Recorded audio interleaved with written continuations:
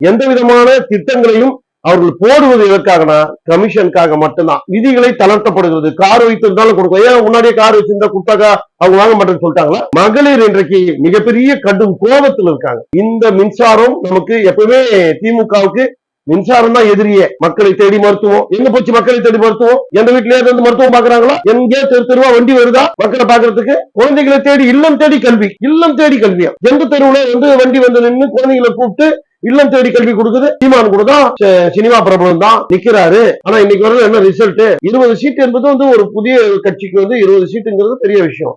சட்டமன்றத்துல நின்று உங்களுக்கு எந்த விதமான சீட்டும் கிடைக்கல, மக்கள் நிராகரிச்சுட்டாங்கன்னா அதுக்கப்புறம் உங்களுடைய அரசியல் வாழ்க்கை முடிஞ்சிடும். யதார்த்தம். கண்டிப்பா புகழேந்தி மன்னிப்பு கடிதம் கொடுத்தாலும் அவரை உள்ள சேர்க்க மாட்டாங்க. தொண்டனாக கோசுமணியுடைய கருத்து ஆட்சியினுடைய அமைச்சரவையில பங்கு கொடுக்க கூடாது என்பதுதான் என்னுடைய கருத்து.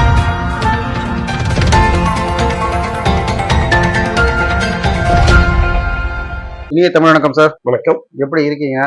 நலம் நலம் நலம். நீங்க நலமா இருக்கீங்களா? நலம், சிறப்பு. அதிமுக ஆட்சியில் கூட்டணியில் பாஜக அங்கம் வகிக்கும் அமித்ஷா மீண்டும் ஒரு முறை உறுதியாக சொல்லியிருக்கிறார். கடந்த முறை கூட்டணி அறிவிப்பின் பொழுது அவர் சொன்னதை மொழிபெயர்ப்பில் ஏற்பட்ட தவறு அப்படின்னு பல வகையான மாற்றங்களை சொல்லிட்டாங்க. ஆனா இப்ப அவர் உறுதியாவே சொல்றாரு, நாங்க கூட்டணியில் பங்கேற்போம். இப்ப அதிமுகவுடைய நிலை என்னவாக இருக்கிறது? அது முடிவு எடுக்க வேண்டியது மாண்புமிகு எடப்பாடியார் அவர்கள், தலைவர் தமிழகத்துல எடப்பாடியார் அவர்கள். இன்று வரையில எங்களுக்கு கொடுத்திருக்கக்கூடிய தகவல், யாரும் இது சம்பந்தமா வெளியில பெரிய அளவுக்கு கருத்து பேச வேண்டாம், கூட்டணி சம்பந்தமான விஷயங்களை நான் பார்த்துக் கொள்கிறேன், நீங்க யாரும் கவலைப்பட வேண்டாம் அப்படிங்கிறது தான் நம்முடைய கழகத்தினுடைய நிலைப்பாடு. ஆனாலும் தமிழகத்தை பொறுத்தவரையிலும் இதுவரையிலும் கூட்டணி ஆட்சி என்பது ஒன்று கிடையாது.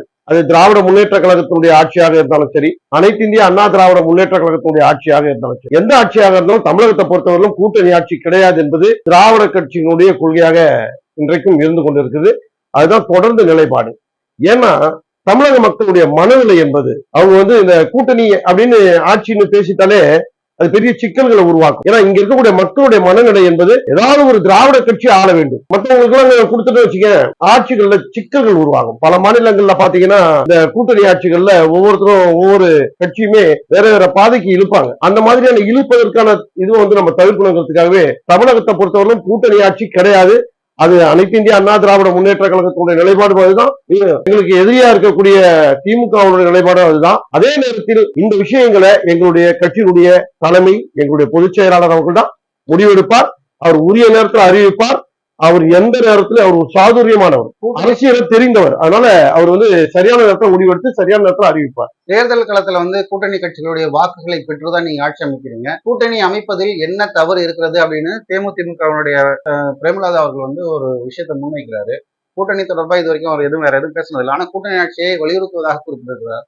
எப்படி பாக்குறீங்க இந்த விஷயத்தை? நானும் பார்த்தேன். அவங்க சொன்னாங்க இந்த மாதிரி கூட்டணி ஆட்சி இருந்தால் நான் வரவேற்கிறேன், அதுதானே சரியானது அப்படின்றாங்க. அப்படி பண்ண முடியாது. ஏன்னா தமிழகத்தை பொறுத்தவரை நான் முன்னாடியே சொன்ன மாதிரி இது ஒரு 2 திராவிட கட்சிகளுடைய சித்தாந்தம் நிறைந்த ஒரு மண். இது பெரியாருடைய மண், இது அண்ணாவுடைய மண், இது புரட்சி தலைவர் எம்ஜிஆருடைய மண், புரட்சி தலைவி அம்மாவுடைய மண். இந்த மண் முழுக்க முழுக்க அவங்களுடைய மக்களுடைய மனநிலை என்பது ஒரு ஒற்றை ஆட்சி தான். இங்க ஒரு கட்சி ஆட்சி தான். எந்த கட்சி பெரும்பான்மையாக ஜெயிக்கிறார்களோ அவர்கள் தான். அந்த அடிப்படையில எங்களை பொறுத்தவரையிலும் அனைத்து இந்திய அண்ணா திராவிட முன்னேற்ற கழகத்தை பொறுத்தவரையிலும் இத்தனை ஆண்டு காலம் அப்படிதான் இருந்தோம். இனிமேல் அப்படிதான் இருப்பதற்கான வாய்ப்பு இருக்கு. ஆனாலும் எங்களை போன்ற ஆட்கள் இதை தீர்மானிக்க முடியாது. கழகத்துடைய பொதுச் செயலாளர்கள் தான் தீர்மானிப்பார். மற்ற கட்சிகளுக்கு ஆசை இருக்கும். பிரேமலதாவுக்கு ஆசை இருக்கலாம், இன்னும் பல கட்சிகளுக்கு ஆசை இருக்கலாம். எல்லாருக்கும் ஆசை இருக்கு. அவங்களும் ஆட்சியுடைய அதிகாரத்திலயும் அமைச்சரவையிலையும் வர நினைக்கிறது அவங்களுடைய இயல்பு. ஆனால் முடிவெடுக்க வேண்டியது கழகத்துடைய பொதுச் செயலாளர் அண்ணன் எடப்பாடியார் தான். காலை உணவு திட்டத்திற்கு அளிக்கப்படக்கூடிய முக்கியத்துவம் மதிய உணவு திட்டத்திற்கு அளிக்கப்படவில்லை அப்படின்ற குற்றச்சாட்டை சத்துணவு வைக்கிறாங்க. மதிய உணவு திட்டத்திற்கு தேவையான அந்த அரிசி, பருப்பு உள்ளிட்ட பொருட்கள் முறையாக விநியோகம் செய்யப்படலை அப்படின்ற குற்றச்சாட்டுகள் வைக்கப்படுகிறது. இந்த விஷயத்தை நீங்க எப்படி பாக்குறீங்க? அரசினுடைய இந்த செயல்பாடு இது ஒரு வெற்று விளம்பர அரசுங்க. திராவிட முன்னேற்ற கழகத்தினுடைய ஆட்சி என்பது வெற்று விளம்பர அரசு, ஸ்டிக்கர் அரசு. இது யாருடைய திட்டத்தையாவது எடுத்துட்டு ஸ்டிக்கர் ஒட்டிக்கிற ஒரு அரசு. மிகப்பெரிய புரட்சி மாதிரி ஒரு கதையை சொன்னாரு. காலை உணவு திட்டம் என்ன யாருமே கொண்டு வர்றது. புரட்சி தலைவர் கொண்டு வந்தது. அதற்கு முன்னாடி காமராஜர் கொண்டு வந்திருக்காங்க. அதற்கு முன்னாடி எங்களுடைய மூதாதையர் சிங்காரவனர் கொண்டு வந்திருக்காங்க. ஏன்னா இவருதான் இந்த காலை உணவு திட்டத்தை கொண்டு வந்த மாதிரி ஒரு பெரிய விளம்பரம் இந்த நாட்டுல. ஆனா என்னாச்சு, ஒண்ணும் இல்ல, அந்த குழந்தைங்க வந்து இன்னைக்கு வரைக்கும் திண்டாடிட்டு இருக்காங்க. எத்தனை பேருக்கு வாந்தி மயக்கம் பேதி ஆச்சுங்கிறது இந்த 4 ஆண்டுகள்ல பாத்தீங்கன்னா தெரியும். ஒரு உருப்படியான எந்த செயலுமே செய்யாத ஸ்டாலின் அவர்கள். உதாரணத்துக்கு உருப்படியான பொருட்கள் பார்த்தா அரிசி, காய்கறி, மளிகை பொருட்கள் இதை வழங்குவதற்கு கூட ஒரு சரியான முறையில இல்லாத ஒரு அரசு. இதுல மதிய உணவுல அவங்களுக்கு முழுமையாவே எதுவுமே கிடைக்கிறது இல்ல. எந்த விதமான திட்டங்களையும் அவர்கள் போடுவது எதற்காகனா கமிஷனுக்காக மட்டும்தான். மக்களுடைய நலனிலையோ அல்லது குழந்தைகளுடைய நலனிலையோ அல்லது கல்வியினுடைய நலனிலையோ அக்கறை இல்லாத ஒரு அரசு தான் ஸ்டாலினுடைய அரசு. இந்த அரசு ஒரு வெற்று விளம்பர ஸ்டிக்கர் அரசு. இந்த ஆட்சி கிட்ட இதுதான் எதிர்பார்க்க முடியும். அதற்கு மேல சொல்லுவதற்கு ஒண்ணும் இல்ல. மகளிர் உரிமை தொகை பெறுவதற்கான அந்த விதிகள் தளர்த்தப்பட்டிருப்பதாகவும் கார் வைத்திருப்பவர்கள் கூட விண்ணப்பிக்கலாம் அப்படின்னு வந்து இன்று அறிவித்திருக்கிறார்கள். கிட்டத்தட்ட தேர்தலுக்கு இன்னும் ஒரு 8 மாதங்கள் தான் இருக்கிறது. இப்போ இந்த அறிவிப்புக்கான தேவை என்ன, இந்த விஷயத்தை எப்படி பார்க்க? அவங்க ஏற்கனவே வந்து மகளிர் உரிமை தொகை நாங்க தான் கொடுத்தோம், மாதம் 1000 ரூபாய் அப்படின்னு சொல்லி ஒரு வருடம் போயிட்டு இருக்குமா, ஒரு வருடம் போயிட்டு இருக்கு. ஆனா கடந்த 3 ஆண்டுகள் இந்த மக்களுக்கு அந்த உரிமை தொகையை வழங்கவே இல்லை. ஆனா தேர்தல் அறிக்கையில என்ன சொன்னாங்கன்னா அனைத்து மகளிருக்கும் வந்து உரிமை தொகை வழங்கப்படும் அப்படின்னாங்க. ஆனா 3 ஆண்டுகளா வழங்கவே இல்லை. 4வது ஆண்டுல ஆரம்பிக்கிறாங்க. 4வது ஆண்டுகள் அது என்ன, தகுதி வாய்ந்தவர்களுக்கு உரிமை தொகை வழங்கப்படும். என்ன தகுதி, என்ன அடிப்படை, எந்த சிந்தனை இது? தகுதி என்பது எதை வைத்து நிர்ணயிப்பது? இன்றைக்கு இப்போ தேர்தல் வந்து போச்சு. தேர்தல் கிட்டத்தட்ட ஒரு 8-10 மாதங்கள்ல வரப்போகுது. இப்ப வந்து பெண்களுடைய முழுமையான ஓட்டையும் கவரணும் அப்படின்னு அவர் நினைக்கிறாரு. அதனால வந்து என்ன பண்றாரு, இப்போ விதிகளை தளர்த்தப்படுகிறது. கார் வைத்திருந்தாலும் கொடுக்கும். ஏன் முன்னாடியே கார் வச்சிருந்தா கொடுத்தாக்கா அவங்க வாங்க மாட்டேன்னு சொல்லிட்டாங்களா? இப்பதான் உங்களுக்கு ஞானோதயம் வந்துச்சா, அல்லது இப்பதான் உங்களுக்கு அறிவே எட்டுச்சா, இல்ல யாராவது இப்பதான் உங்களுக்கு புத்தி சொன்னாங்களா? எது அடிப்படையில? தேர்தல், வேற ஒண்ணும் இல்ல. ஒரே ஒரு விஷயம் தான் தேர்தல். வரப்போறது தேர்தல். இந்த தேர்தல்ல பெண்களுடைய ஓட்டை முழுமையா கவரலாம் நினைக்கிறாரு. அது ஒரு காலம் நடக்காது ராஜா, ஒரு காலம் நடக்காது. உங்களுடைய பம்மாத்து தோல்வியில தான் முடியும். ஏன்னா மகளிர் இன்றைக்கு மிகப்பெரிய கடும் கோபத்தில் இருக்காங்க. இன்னைக்கு டாஸ்மார்க் விற்பனை வந்து மிகப்பெரிய அளவுக்கு போய் மகளிர்கள் திண்டாடிட்டு இருக்காங்க. ஒவ்வொரு நாளும் தன்னுடைய கணவர்களுடைய இழப்பு, அண்ணனுடைய இழப்பு, உறவுகளுடைய இழப்பு ஒவ்வொரு நாளும் நடந்துட்டு இருக்கு டாஸ்மார்க்ல. அதனால வீடுகள்ல வந்து மிகப்பெரிய குழப்பங்கள் நிலவி பல்வேறு விதமான சிக்கல்கள் இன்னைக்கு நடந்துகிட்டு இருக்கு. தாய்மார்கள் எல்லாம் இன்னைக்கு வந்து மிகப்பெரிய அளவுல கோபத்துல இருக்காங்க இந்த அரசு மீது. அதனால நீங்க கொடுக்குற 1000 ரூபாய்க்குள்ள அவங்க ஆசைப்பட போறதும் இல்ல. அவங்க சம்பாதிக்கிறத எடுத்துட்டு போய் டாஸ்மார்க்ல போடாம இருந்தா போதுன்ற மனநிலை தான் மகளிருடைய நிலை. அதனால இவரு காட்டக்கூடிய எந்த விஷயமும் மக்களிடம் ஈடுபடாது. அனைத்து இந்திய அண்ணா திராவிட முன்னேற்ற கழகம் வருகிற 2026 சட்டமன்றத்துல தனிபெரும்பான்மை ஆட்சி அமைத்து, அது குறிப்பாக மகளிருடைய வாக்குகளை பெற்று ஆட்சி அமைப்போம். இது வந்து நடக்க போகுது. ஸ்டாலின் வந்து எதையாவது கதையை சொல்லி எந்த விஷயத்துல திசை திருப்பிடலாம் அப்படின்னு நம்புறாரு. அவருடைய நம்பிக்கை வீணா போகும் அப்படிங்கறத. அதிமுக பாஜக கூட்டணியில் இணையும் என்று எதிர்பார்க்கப்பட்ட மதிமுக வந்து நிர்வாக குழு கூட்டத்தில் திமுகவுடனே நாங்க தொடர்கிறோம் அப்படின்ற தீர்மானத்தை நிறைவேற்றிருக்காங்க. இது எடப்பாடியார் அவர்களுக்கான ஒரு சர்க்கிளாக பார்க்கலாமா? இது சர்க்கிளா பார்க்க முடியாது. அதாவது திமுகவுடைய கூட்டணி என்பது ஒரு உளுத்து போன கூட்டணி. அதுக்குள்ள 1000 குழப்பங்கள், பல்வேறு விதமான சிக்கல்கள் இருக்கு. ஒவ்வொரு நாளும் அவங்களுக்குள்ள பல கருத்துக்களை சொல்லிட்டு இருக்காங்க. இன்றைக்கு கூட பாத்தீங்கன்னா நீங்க மார்க்சிஸ்ட் கம்யூனிஸ்ட் கட்சியுடைய மாநில செயலாளர் சண்முகம் தொடர்ந்து இந்த அரசை கண்டித்துக் கொண்டிருக்கிறார், ரொம்ப கடுமையான வார்த்தைகள்ல. ஏன்னா இந்த அரசு மக்களுக்கான அரசு இல்லை என்பதை அவங்க கூட்டணிக்குள்ள இருக்கிறவங்களே தெரிஞ்சு வச்சு, விடுதலை சிறுத்தை கட்சி முழுக்க தொடர்ந்து வந்து இந்த இவர் சொல்லக்கூடிய திராவிட மாடல் அரசுங்கிற அந்த ஸ்டாலினுடைய அரசை தொடர்ந்து விமர்சிக்கிறார். பல்வேறு இன்னைக்கு கூட பாத்தீங்கன்னா அந்த கூட்டணி கட்சி அவங்களுடைய கொடியேற்றுவதற்கு கூட அனுமதி இல்லை, கொடியேற்றுவதற்கு கூட அனுமதி கொடுக்காத அரசு. இப்படி அவங்களுடைய கூட்டணிக்குள்ள பல்வேறு சிக்கல் இருக்கு. காங்கிரஸ் கட்சி அதுவும் இந்த மாதிரி இதே மாதிரியான நிலைப்பாடு. என்னன்னா இவங்க எல்லோருமே இந்த சட்டமன்ற தேர்தல்ல ஒவ்வொரு கட்சியும் கூட்டணியில எனக்கு இப்ப வந்து பெரிய அளவுக்கு கூட்டணி ஆட்சி அப்படிங்கிற ஒரு எண்ணத்தை நோக்கி போறதுனால அங்கேயும் கூட்டணி ஆட்சி வைக்கணும் அப்படிங்கிற மாதிரியான ஒரு கோரிக்கை போய்கிட்டு இருக்கு. அதுல காங்கிரஸுக்கும் எனக்கும் பங்கு வேணும்னு கேக்குது, விடுதலை சிறுத்தையும் எனக்கு பங்கு வேணும்னு கேக்குது, மதிமுகவும் எனக்கு பங்கு வேணும்னு கேக்குது. எல்லா கட்சியுமே 2 கம்யூனிஸ்டுகள் மட்டும் இன்னும் கூட்டணியில பங்கு வேணும்னு கேட்கல. ஆனால் அத்தனை கட்சிகளும் அதிக சீட்டு வேணும், அதிக தொகுதிகள் வேணும், எங்களுக்கான மரியாதை, உரிய மரியாதை கொடுக்கணும்னு கேட்டுக்கிட்டு இருக்கு. 234 தொகுதிகள்ல இத்தனை கட்சிகளுக்கு இவர் வந்து இந்த ரவுண்ட் எப்படி கொடுக்க முடியும்? அதனால அந்த கட்சி, அந்த கூட்டணி உடையும், வெளியேறுவார்கள். விடுதலை சிறுத்தை வெளியேறும். காங்கிரஸ் கட்சியே மறைமுகமாக அவங்களுடைய தோழர்கள்ட்ட நாம வந்து வெளியேறினா என்ன, ஏன் நம்ம அதிக சீட்டு கேட்டா என்ன, நம்ம வந்து ஏன் கூட்டணி ஆட்சி கேட்க கூடாது அப்படிங்கிற கழக குரல்கள் அங்கேயே இருக்கு. அதெல்லாம் தேர்தல் நெருங்க நெருங்க அதற்கான விடைகளும் தெளிவும் தமிழக அரசியல்ல ரொம்ப சீக்கிரம் கிடைக்கும். காவல்துறை விசாரணையில ஒருவர் மரணம் அடைந்திருக்கிறார். திமுக ஆட்சியின் பொழுது இப்படி கடந்த காலங்களில் நிறைய மரணங்கள் நடைபெற்று இருக்கிறது. இந்த காவலர் துறையினரின் மரணத்திற்கு ஸ்டாலின் என்ன பதில் சொல்ல போறாருன்னு டிடிவி ஒரு கேள்வி எழுப்புறாரு. சாத்தான்குளம் பிரச்சனையின் பொழுது பாத்தீங்கன்னா அந்த தந்தையும் மகனும் கொல்லப்பட்ட ஒரு பிரச்சனை வந்து ஒரு பெரிய அளவுல அதிர்வுகளை ஏற்படுத்தியது, இந்த அளவுல கொண்டு போகப்பட்டது. ஆனா அதே மாதிரியான நிகழ்வு இந்த ஆட்சியில தொடர்ந்து நடைபெற்றாலும் கூட அப்படியே அது கடந்து போகக்கூடிய ஒரு செய்தியாகவே போறதே. இது ஏன் எதனால அப்படின்னு பாக்குறீங்க? அதாவது லாக்அப் மரணம் என்பது தொடர்கதை தான், அதுல ஒன்றும் இது இல்ல. காவல்துறை சில நேரங்கள்ல அஜாக்கிரதையாக இருக்கிறது வந்து தொடர்ந்து நம்ம பார்த்துக்கிட்டு இருக்கோம். நீங்க அதிமுகவுக்கும் திமுகவுக்கும் கம்பாரிசன் பாத்தீங்கன்னு இந்த லாக்அப் மரணம் என்பது நீங்க தரவுகளை எடுத்து பாருங்க. தொடர்ந்து திராவிட முன்னேற்ற கழகத்தினுடைய ஆட்சியில தான் இந்த லாக்அப் மரணம் என்பது நடக்கும். ஏன்னா காவல்துறை அம்மாவா இருக்கட்டும், புரட்சி தலைவராக இருக்கட்டும், தன்னுடைய கண்ட்ரோல் இருக்கும்போது அவர்களுக்கான பல்வேறு சலுகைகளை நம்ம வந்து வழங்குவோம். அவங்க ஆட்சியின் மீது அக்கறையோடு இருப்பார்கள். ஆனா திராவிட முன்னேற்ற கழக ஆட்சியில பாத்தீங்கன்னா இவங்க கொடுக்கக்கூடிய அழுத்தங்கள் காவல்துறைக்கு அரசு, திராவிட மாடல் அரசு சொல்லக்கூடிய ஸ்டாலினுடைய அரசு கொடுக்கக்கூடிய அழுத்தங்கள் அவங்க மன உளைச்சல் இருக்கக்கூடிய அளவுக்கு காவல்துறையினுடைய நிர்வாகிகள் இருக்காங்க. அதனாலதான் இந்த லாக்அப் மரணம் என்பது தொடர்ந்து நடக்குது திராவிட முன்னேற்ற கழகத்தினுடைய ஆட்சியில.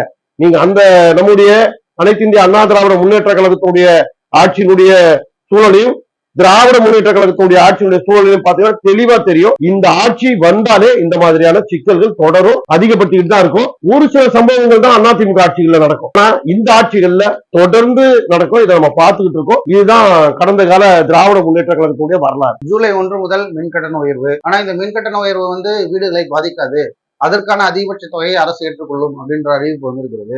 இப்ப இந்த மின்கட்டண உயர்வு வந்து மக்களை பாதிக்காதுன்னு நினைக்கிறீங்களா? ஏற்கனவே இந்த ஆட்சி வந்து கிட்டத்தட்ட 36% உயர்வு, கட்டண உயர்வை ஏற்படுத்தி இருக்கு. இதுல ஒவ்வொரு ஆண்டும் ஜூலை மாதம் வருகின்ற பொழுது அந்த ஆட்சி அந்த காலத்துடைய வருவாய்க்கு ஏற்பான சூழல்ல நிர்ணயிக்கப்பட்டு வந்து ஒவ்வொரு ஜூலையும் வந்து இது வந்து அதிகரிக்கும் அப்படின்ற மாதிரி ஒரு இது சொல்லியிருந்தாங்க. அதனுடைய அடிப்படையில இப்ப 3.16 இது வந்து கட்டண உயர்வை அதிகப்படுத்தி இருக்காங்க. இது மிகப்பெரிய அளவுக்கு பாதிப்பை மக்கள் மத்தியில ஏற்படுத்தும். இப்ப அவங்க வந்து சொல்றாங்க, இது வந்து வீடுகளுக்கு நாங்க வந்து இது வந்து கட்டணத்தை நாங்களே ஏற்றுக்கொள்வோம் அப்படின்னு சொல்றாங்க.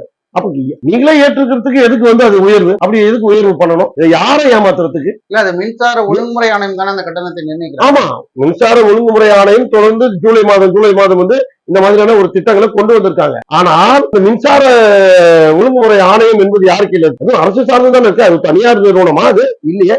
அவங்க ஒரு கமிட்டி, அவங்க வந்து முடிவு எடுக்கிறாங்க. ஆனா பாதிக்கப்படுறது மக்கள். 3.16 ஒவ்வொருத்தருமே கிட்டத்தட்ட ஒரு மாதத்திற்கு குறைந்தபட்சம் 2 மாத கணக்கெடுப்புன்னு வச்சுப்போம். 2 மாதத்துக்கு குறைந்தபட்சம் ஒவ்வொரு வீட்டுக்குள்ளேயுமே 1000 1500 ரூபாய் உயர்வு வரும்.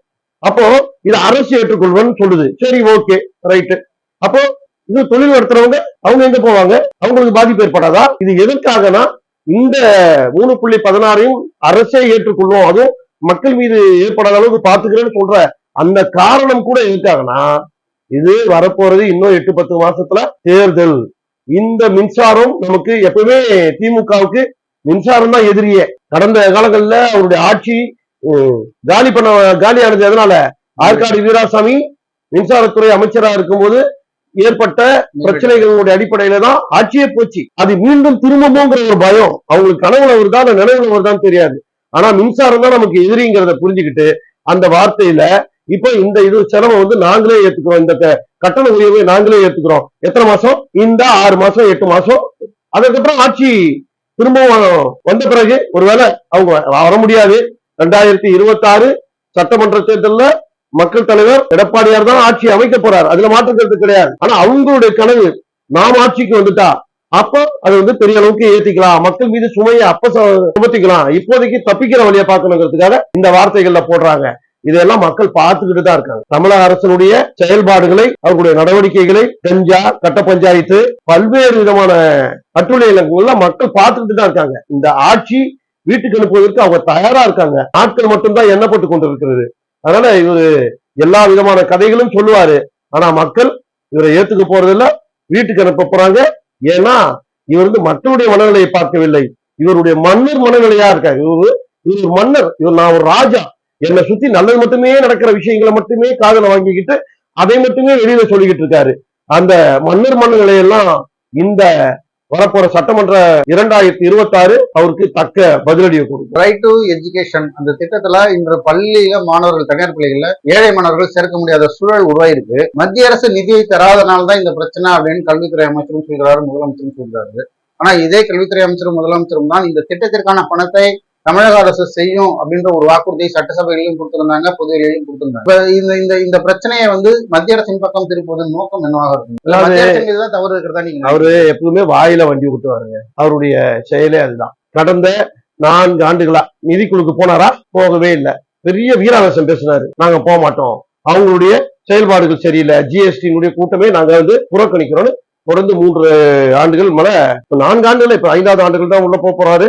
அதனால போயிட்டு வந்தாரு. அவரு இத்தனை ஆண்டுகள் இவ்வளவு எதிர்ப்பா இருந்தீங்களா? இருக்க வேண்டியதானே. நீங்க தானே சொன்னீங்க மத்திய அரசு நிதி வழங்கவில்லை, தொடர்ந்து சொல்லிட்டு இருக்கீங்க. அவங்க கல்விக் கொள்கையை உனக்கு கொண்டு வந்திருக்காங்க, அந்த கல்விக் கொள்கையில நாங்க கையெழுத்து போட மாட்டோம்னு சொல்றீங்க. அப்போ அவ்வளவு தைரியம் இருக்கக்கூடியவங்க, அந்த கல்விக் கொள்கையை ஏத்துக்காதவங்க, நீங்க தைரியமா இன்னைக்கு நிக்க வேண்டியதான அந்த நிலையில. இப்ப மத்திய அரசு கொடுக்கல, மத்திய அரசு தொடர்ந்து கொடுக்கவே இல்லையா? இப்ப மட்டும் உங்களுக்கு என்ன மத்திய அரசு மேல குற்றச்சாட்டு? அப்பயே நிதி ஆயோக்கு போனீங்க. எடப்பாடியார் அவர்கள் மிக தெளிவாக கல்வியில படிக்கக்கூடிய அந்த குழந்தைகளுக்கு நீட்ல கூட பாத்தீங்கன்னா 7.5% இடஒதுக்கீட வாங்கி கொடுத்தது எடப்பாடியார் அவர்கள். நீங்க நீட்டை எதிர்த்துட்டே இருந்தீங்க. ஆனா நீட்டை உங்களால எங்ககிட்ட என்ன சொன்னாங்க? எங்க கிட்ட வந்தா நீட்டை ஒழிப்பதற்கு, ரத்து செய்வதற்கு எங்க கிட்ட ரகசியம் இருக்கு. என்ன ரகசியம்? இந்த 4 ஆண்டுகள்ல உங்களோட ரகசியத்தை சொல்லுங்க கொஞ்சம். தேர்தல் அறிக்கை ஒண்ணு, வாயில பேசுறது ஒண்ணு, ஆட்சிக்கு வருவதற்கு ஒண்ணு, ஆட்சிக்கு வந்த பின்பு ஒண்ணு. மக்கள் பார்த்துக்கிட்டு தான் இருக்காங்க. இவங்களுடைய கிட்டத்தட்ட 586 தேர்தல் அறிக்கைகள், இவங்க 50 கூட நிறைவேற்றல. ஒரு அரசு தேர்தல் அறிக்கையில கொடுத்த தேர்தல் வாக்குறுதிகள்ல 50 கூட நிறைவேற்றல. ஆனா வெளியில விளம்பரத்துக்காக திட்டங்களுக்கு பேர் வைக்கிறாங்க. அது பல்வேறு திட்டங்கள். மக்களை தேடி மருத்துவம். எங்க போச்சு மக்களை தேடி மருத்துவம்? எந்த வீட்லயே மருத்துவம் பாக்குறாங்களா? எங்கே தெருவா வண்டி வருதா மக்களை பாக்குறதுக்கு? குழந்தைகளை தேடி இல்லம் தேடி கல்வி, இல்லம் தேடி கல்வியா? எந்த தெருவுல வண்டி நின்று குழந்தைகளை கூப்பிட்டு இல்லம் தேடி கல்வி கொடுக்குது? எதுவும் கிடையாது, எந்த திட்டமும் கிடையாது. எல்லாமே போய் வாயில வரது அத்தனையும் அடிச்சு விடுற கட்சி தான் திராவிட முன்னேற்ற கழகம். ஏன்னா அவங்களுடைய தேர்தல் வாக்குறுதியே நிறைவேற்றாம, ஆனா அந்த ஒவ்வொரு திட்டத்துக்கும் பெயர் மட்டும் அழகா வச்சுப்பாங்க. இப்ப ஓரணியில் தமிழ்நாடு, ஓரணியில் தமிழ்நாடு. எப்போ? ஜூலை 7 மக்களை சந்திப்போம், தமிழகத்தை மீட்போம், மக்களை சந்திப்போம், தமிழகத்தை மீட்போம் எடப்பாடியார் அறிவிச்ச உடனே ஓரணியில் தமிழ்நாடு. என்ன ஓரணியில் தமிழ்நாடு? எந்த அடிப்படையில், எந்த சிந்தனையில இந்த ஓரணியில் தமிழ்நாடு? நீங்க கேள்வி கேட்க வந்தீங்க. ஓரணியில் தமிழ்நாடு இவங்க திமுக ஒரு எலெக்ஷன் கம்பெனி ஆரம்பிச்சிட்டாங்க. இவர் எடப்பாடியார் மக்களை சந்திப்பதை துவங்கிட்டாரு. விஜய் அவர்களும் மக்களை சந்திப்பதற்கான அதுக்கான ஆயத்த பணிகள் செய்வதாக செய்திகள் கூறுகிறது. இப்ப இவர்களுடைய செயல்களை யார், எந்த விஷயம் மக்கள்கிட்ட ஈடுபடும் நினைக்கிறீங்க? மக்கள் இவங்களை பார்த்துட்டு தாங்க இருக்காங்க. நான் திரும்ப சொல்லிட்டு இவருடைய ஓரணியில் தமிழ்நாடுங்கிறது ஏன் 4 ஆண்டுகளா மக்கள் அப்ப ஓரணியில இல்லையா? எல்லாம் பிரிஞ்சு போயிருந்தாங்களா? இப்பதான் ஒருங்கிணைக்கிறாரா தமிழக மக்களை? ஓரணியில் தமிழ்நாடு எந்த கருத்தினுடைய அடிப்படையில இந்த பெயர்? புரட்சி தமிழர் எடப்பாடியார் அவர்கள் மக்களை சந்திப்போம், தமிழகத்தை மீட்போம், கேடுகட்ட திராவிட முன்னேற்ற கழகத்துடைய ஆட்சியிலிருந்து மக்களை காப்பாற்றணும், அதற்காக மக்கள் கிட்ட நேரடியா போய் இருக்கக்கூடிய பிரச்சனைகளை எடுத்து சொல்லி இந்த தமிழகத்தை மீட்கணும். இந்த ஆட்சி அகற்றினாதான் தமிழகத்தை மீட்க முடியும். அது மக்கள் கிட்ட போய் எடுத்து சொல்றோம். இந்த அரசு எவ்வளவு மோசமான செயல்களை தொடர்ந்து செய்துகிட்டு இருக்குது. கட்ட பஞ்சாயத்து, வழிப்பறி, வன்புணர்வுகள், இப்படி மோசமான சூழல், ஒரு நிர்வாக திறமையற்ற அரசு, பல்வேறு திட்டங்கள்ல குளறுபடிகள், எல்லா விதமான சிக்கல்களையும் எடுத்துட்டு போயிட்டு அரசு மக்கள்கிட்ட சொல்லுவதற்காக மக்களை சந்திப்போம், தமிழகத்தை மீட்போம் எடப்பாடியார் சொல்றாரு. இவங்க ஓரணியில் தமிழ்நாடு. இது ஈடுபடும். யோசிச்சு பாருங்க. விஜய்க்கு இளைஞர்கள்ட்ட நல்ல வரவேற்பு. அது விஜயினுடைய விஷயத்தை பொறுத்தவரையில் நம்ம எப்படி பார்க்கணும்னா, விஜய் ஒரு யங்ஸ்டர், ஒரு திரைப்பட பிரபலம். அவருக்கு ஏற்கனவே ஒரு கீழே ஒரு கட்டமைப்பு இருக்கு. அதாவது ஒருங்கிணைக்கப்படாத உதிரிகளான ஒரு அமைப்பு இருக்கு. அவர் ஒரு அரசியல் இயக்கமா வரார். அரசியல் இயக்கமா ஒரு கட்டமைப்பு உருவாக்குவதற்கான முயற்சி செய்கிறார். தமிழகத்தை பொறுத்தவரையிலும் எப்பவுமே எப்படின்னா, ஒரு விஷயத்தை நம்ம தெளிவா கவனிக்கணும். இங்க எம்ஜிஆரை தவிர எந்த அம்மாவையும் வச்சுக்கலாம், அம்மாவை கூட கணக்குல வச்சுக்கலாம். அவங்க 2 பேரும் சினிமா பிரபலத்தை தவிர வேற யாருக்குமே இங்க மக்கள் அங்கீகரிக்கவே இல்லை. அதுதான் இங்க விஜய்க்கும் நடக்கும் நம்ம நினைக்கிறோம். ஆனாலும் விஜய் ஒரு பிரபலமான அரசியல், அதாவது பிரபலமான சினிமா ஊடகத்துல இருக்காரு. அவருக்குன்னு ரசிகர்கள் பட்டாளம் இருக்குதானா? கண்டிப்பா இருக்கு. ஆனா என்ன விஷயமா, அது வாக்காக மாறுமா அப்படிங்கறதான் கேள்வி. நாம எப்ப இதை பேச வேண்டும் என்றால், அவர் ஒரு தேர்தலை சந்திக்கணும். சந்தித்த பிறகு அவர் எவ்வளவு வாக்கு வாங்குறாருன்றத பார்க்கணும். சீமான் கூட தான் சினிமா பிரபலம் தான் நிக்கிறாரு. ஆனா இன்னைக்கு வரைக்கும் என்ன ரிசல்ட்? தனித்து நிக்கிறார். எல்லா கட்சிகளும் தாண்டி தனித்து சுயமரியாதையோட நிக்கிறார். எல்லாரை விட உண்மையிலே அதை பாராட்ட வேண்டிய விஷயம் தான். ஆனா ஜெயிக்க முடியுமா அப்படின்னு பார்த்தா கிடையாது. அப்போ இவர் ஒருவேளை வரணும், அதிகாரத்துல அமரணும், குறைந்தபட்ச அதிகாரத்திலேயாவது அமரணும்னா அனைத்து இந்திய அண்ணா திராவிட முன்னேற்ற கழகத்தோட அவர் கூட்டணி வைக்கணும். விஜய் அதிமுக தலைமையிலான கூட்டணியில் இணைவதற்கு திட்டவட்டமாக மறுத்து விட்டார் அப்படின்னு செய்திகள் கொடுத்துறாங்க. இதை ஒரு ஏமாற்றமாக பார்க்கிறீர்களா? ஏன்னா விஜய் போது வாக்கு சதவீதம் அதிகரிக்கும். நம்ம அரசியல் கட்சிகள் தமிழகத்தை பொறுத்தவரையிலும் கூட்டணி வச்சுதான் தேர்தலை சந்திக்கக்கூடிய சூழல் இங்க நிகழ்ந்து, அவர் புதிதாக வருகிறார். வர நாம அவரே ஆர்வத்தோட அனைத்து இந்திய அண்ணா திராவிட முன்னேற்ற கழக கூட்டணியில வர்றதுங்கிறதுல அவர் ஆர்வமா இருக்கார் என்பதுதான் நமக்கு தகவல். அப்படி ஒரு சில விஷயங்கள்ல பேச்சுவார்த்தையும் நடந்ததாகவும் நமக்கு தகவல். அப்படி பேச்சுவார்த்தையில அவர் 80 சீட்டு கேட்டதாகவும் அனைத்து இந்திய அண்ணா திராவிட முன்னேற்ற கழகம் 20 சீட்டு தருவதாகவும் நமக்கு ஒரு தகவல் இருக்கு. அது உறுதிப்படுத்தப்படாத தகவல் அப்படின்றதே ஒரு பெரிய விஷயம் தானே. புதுசா களத்துக்கு வரக்கூடிய கண்டிப்பா அதான் நாம சொல்ல வரோம். 20 சீட்டு என்பது ஒரு புதிய கட்சிக்கு 20 சீட்டுங்கிறது பெரிய விஷயம். ஆனா அவர் என்ன நினைக்கிறாருன்னா, தனக்கு இன்னும் கூடுதலாக பலம் இருக்கிறது, மக்கள் மத்தியில எனக்கு ஒரு பெரிய செல்வாக்கு இருக்கிறது, அதனால எனக்கு இவ்வளவு சீட்டுகள் வேணும் அப்படின்னு கேட்பது அவருக்கு உரிமை இருக்கிறது, கேட்பதற்கு அவருக்கு உரிமை இருக்கிறது. ஆனா யதார்த்த நிலை என்பதை நம்ம பார்க்கணும். யதார்த்த நிலையில நம்ம ஒரு உறுதிப்படுத்த முடியாத ஒரு அரசியல் கட்சிக்கு, அது இன்னும் தேர்தலை சந்திக்கவே இல்லை, ஒரு ஆண்டுகள் கூட ஆகல, அப்படி இருக்கக்கூடிய கட்சிக்கு நம்ம வந்த உடனே அவ்வளவு சீட்டுகள் கொடுக்க முடியாது. இந்த 20 சீட்டுல அவர் ஜெயிச்சார்னா அவர் தமிழகத்துடைய அரசியல்ல தவிர்க்க முடியாத ஒரு சக்தியாகவும் தன்னுடைய கட்சிக்கு ஒரு கால் ஊன்றுவதற்கான ஒரு பலமாகவும் இருக்கும். ஒரு முறை நீங்க சட்டமன்றத்துல நின்று உங்களுக்கு எந்த விதமான சீட்டும் கிடைக்கல, மக்கள் நிராகரிச்சுட்டாங்கன்னா அதுக்கப்புறம் உங்களுடைய அரசியல் வாழ்க்கை முடிஞ்சிடும். யதார்த்தம். விஜயகாந்துக்கு அப்படிப்பட்ட ஒரு சூழல் நிலவர நேரத்துல கூட அம்மா கை கொடுத்தாங்க. அம்மா கை கொடுத்து அவர் இது பண்ண உடனே அவர் எதிர்கட்சி தலைவராகவே ஆகக்கூடிய அளவுக்கு ஒரு சூழல் உருவாச்சு. திராவிட முன்னேற்ற கழகத்தை முற்றிலுமாக துடைத்திருந்தாங்க மக்கள். அது மாதிரியான ஸ்வீப் வேலை நடக்கலாம். ஆனா அது இதையெல்லாம் புரிஞ்சுக்கிட்டு அவர் வரணும். ஆனா இது எத்தனை சீட்டு கொடுப்பது, எவ்வளவு சீட்டு கொடுப்பது என்பதெல்லாம் கழகத்தினுடைய பொதுச் செயலாளர் எங்களுடைய தலைவர் எடப்பாடியார் தான் முடிவு செய்வார். அவர் அரசியல் சாணக்கியர். இன்றைக்கு தமிழகத்தோடு இருக்கக்கூடிய இந்த அரசியல் சூழல்ல பல்வேறு சிக்கல்களுக்கு மத்தியில, பல்வேறு நெருக்கடிகளுக்கு மத்தியில தமிழகத்துடைய அரசியலை மக்களுக்காக தொடர்ந்து கொண்டு செல்லக்கூடிய ஆற்றல் படைத்தவர் எடப்பாடியார் அவர்கள். அவருடைய ஆற்றலை நீங்க சாதாரணமா நினைக்க முடியாது. சாதாரண தொண்டர், கிளைக்கழக செயலாளர் இன்றைக்கு ஒரு கட்சியினுடைய 2 கோடி தொண்டர்கள் இருக்கக்கூடிய ஒரு கட்சியினுடைய பொதுச் செயலாளராக வரக்கூடிய அளவுக்கு இன்றைக்கு அவர் தொடர்ந்து படிப்படியாக தமிழகத்துடைய அரசியலை நடத்தி இன்றைக்கு மன்னர் பரம்பரையாக இருக்கக்கூடிய ஸ்டாலினுக்கு சாவுமணி அடிப்பதற்காக, இந்த ஆட்சிக்கு சாவுமணி அடிப்பதற்காக தொடர்ந்து இயக்கத்தை நடத்தி இன்னைக்கு கொண்டு போயிட்டு இருக்கார். அந்த அளவுக்கு இருக்கக்கூடிய சூழல்ல தான் 2026 தமிழகத்துடைய ஆட்சி மாற்றம் ஏற்பட்டு திராவிட முன்னேற்ற கழகத்தை ஒழித்து அனைத்து இந்திய அண்ணா திராவிட முன்னேற்ற கழகம் ஆட்சி கழக பொதுச் செயலாளர் எடப்பாடியார் தலைமையில நடக்கும். அதிமுகவிலிருந்து பிரிந்தவர்களை ஒன்றிணைப்போம் அப்படின்னு சொல்லி அதிமுக ஒருங்கிணைப்பு குழு அப்படின்னு செயல்பட்ட திரு ஜேசிடி பிரபாகர், பெங்களூர் புகழேந்தி அவங்க இப்ப என்ன பண்றாங்க? அனைத்து இந்திய அண்ணா திராவிட முன்னேற்ற கழகம் என்பது ஒரு ஆலமரம். அந்த ஆலமரத்துல யார் வேணாலும் நிழல், அந்த நிழல்ல யார் வேணாலும் உட்காரலாம், இருக்கலாம், அதனுடைய சுகத்தை அனுபவி. பிரிந்து போயிருக்கக்கூடிய ஓபிஎஸ் இருக்கட்டும், டிடிவியா இருக்கட்டும், சசிகலாவா இருக்கட்டும், அவங்க இன்றைக்கு என்ன நிலையில இருக்காங்க பாத்தீங்கன்னா செல்லாத காசுகளாக மாறி இருக்கிறாங்க. அனைத்து இந்திய அண்ணா திராவிட முன்னேற்ற கழகத்தில் பிரிஞ்சு போனாங்கன்னா யாருக்கு நஷ்டம் என்று சொன்னால் பிரிஞ்சு போறவங்களுக்கு தான் நஷ்டம். இதுல ஓபிஎஸ் அணில இருந்த ஜேசிடி பிரபாகர், புகழேந்தி, கூப்பா கிருஷ்ணன் போன்ற முக்கியமான தலைவர்கள் இன்னைக்கு வெளியில இந்த அண்ணா திராவிட முன்னேற்ற கழகத்துடைய உட்பிரிவுகள் மாதிரி இவங்க இருக்கக்கூடியவங்க எல்லாம் ஒரு அணியில ஒன்று சேர்க்கிறோம் அப்படிங்கிற ஒரு நல்ல நோக்கத்தோட அவங்க ஒரு முயற்சி எடுத்தாங்க. ஆனா அவங்க வாலண்டியரா கட்சிக்குள்ள சேரணுமே தவிர இவர்களை நான் கொண்டு வருவேன், அவர்களை நான் கொண்டு வருவேன் சொல்றதுக்கு இவங்களுக்கு எல்லாம் யாருக்கும் அதிகாரம் கிடையாது. அப்படி அவங்க நினைச்சு போனதுடைய விளைவு இன்றைக்கு அவர்கள் எல்லாம் காணாமல் போயிருக்காங்க. வரதா இருந்தா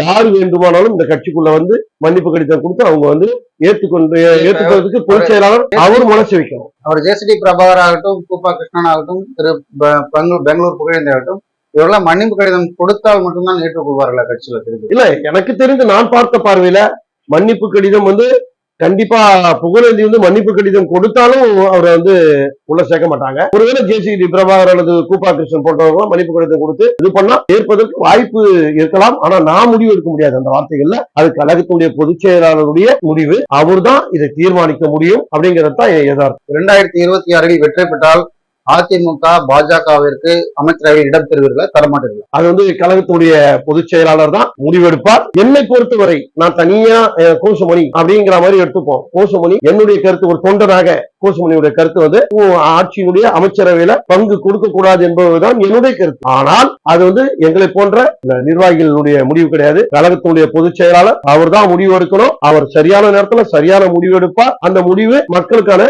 நல்ல முடிவா இருக்கும். ஏன்னா முழு அதிகாரமும் அவருக்கு தான் கொடுக்கப்பட்டிருக்கு. கழகத்துடைய பொதுச் செயலாளருடைய முடிவு தான் இறுதியான. மிக்க நன்றி சார். இந்த நேர்காணலுக்கு நேரம் ஒதுக்கி பல்வேறு விஷயங்களை எங்களோடு பகிர்ந்து கொண்டதற்காக நன்றி தெரிவிக்கிறோம். உங்களுக்கும் என்னுடைய நன்றி.